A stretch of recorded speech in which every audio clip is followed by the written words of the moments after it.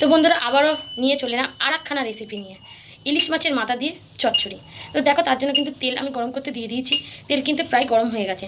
আর এদিকে দেখো ইলিশ মাছের মাথা দিয়ে চচ্চড়ি করবো বলে কুমড়ো নিয়েছি, আলু নিয়েছি, কড়াই নিয়েছি, দিয়ে ইলিশ মাছের চচ্চড়িটা, মাছের মাথার চচ্চড়িটা করবো। তো চলো, তেলটা গরম হয়ে গেছে, 5 ফোড়নটা দিয়ে দেবো। তো চলো, আর দেখতেই পাচ্ছি 5 ফোড়নটা আমি দিয়ে দিলাম।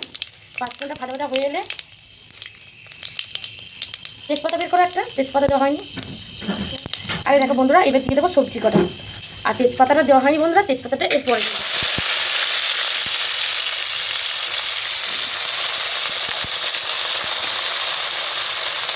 দেখতে পাচ্ছি একটা তেজপাতা আমি দিয়ে দেবো।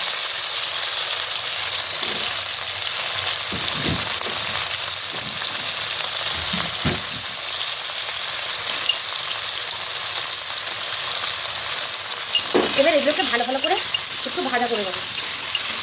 চলো বন্ধুরা ভাজা করে নিই, তারপর তোমাদের সঙ্গে দেখা। বন্ধুরা ভাজা ভাজা কিন্তু আমার হয়েই এসছে। তো তার জন্য দিয়ে দেবো দেখো লবণ, আর দিয়ে দেবো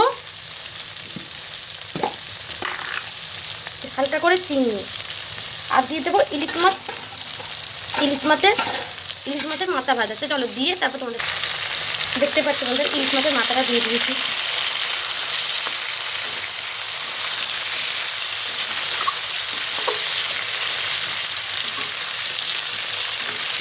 তো দিয়ে দেখো আরও একটু কিন্তু ভাজা ভাজা করে নেবো।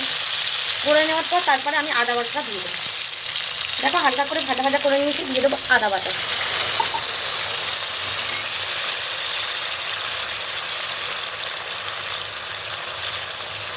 দিয়ে দেবো অল্প করে হলুদ,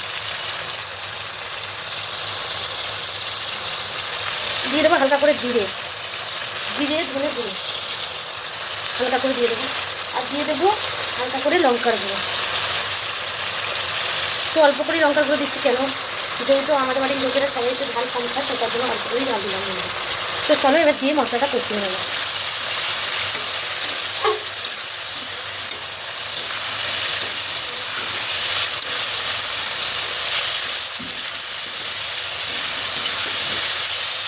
তো দেখতেই পাচ্ছ মশলাটা কষিয়ে নিই।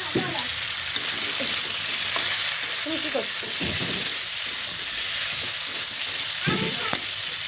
নিজে যাও, জলে নামবে না। আর এই দেখো কষানো কিন্তু হয়ে যাচ্ছে।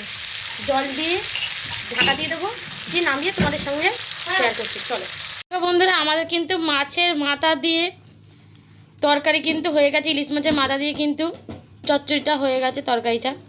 আর এই দেখো তরকারিটা কেমন হয়েছে বন্ধুরা, প্লিজ কমেন্ট করে বলো। আর যদি খেতে চাও তো তাড়াতাড়ি করে আমাদের বাড়ি চলে এসো। তো ভিডিওটা এখানেই শেষ করলাম। যদি ভিডিওটি ভালো লাগে অতি অবশ্যই লাইক কমেন্ট শেয়ার করে দিও। টাটা।